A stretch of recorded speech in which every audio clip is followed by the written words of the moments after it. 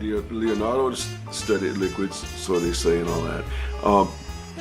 Sir Isaac Newton studied liquids, and he wrote a piece on the definition of liquids and how liquids, the properties of liquids, and how they work. In other words, a liquid will flow to the lowest level.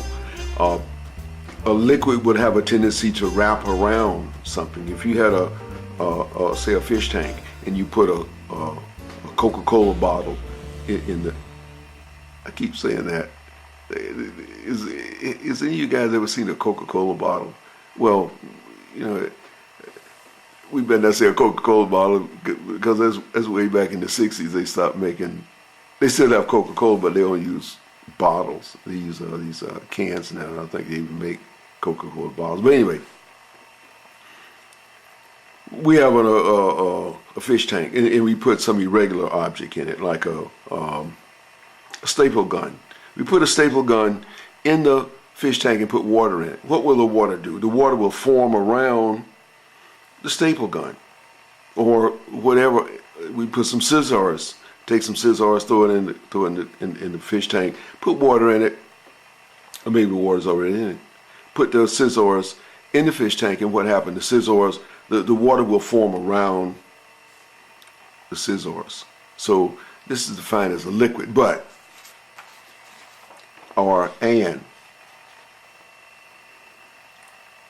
we come up later with something we call non-Newtonian fluids, fluids that form outside of Leonardo's laws of fluidity, viscosity, and that's gels. A gel, Jello. Okay, we know what Jello is.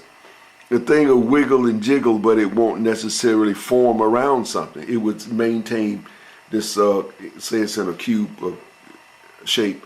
It'll maintain whatever shape it's in. You cut it. It'll maintain that shape. It don't necessarily fall and form around.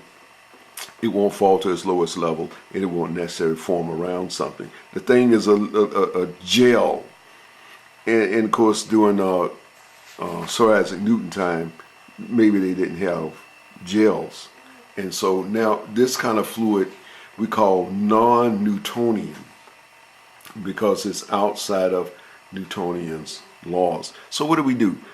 We found out that, or they found out, if you run real fast, you can run across these non-Newtonian fluids, and most of them are something like peanut butter and some kind of paste or some kind of wax or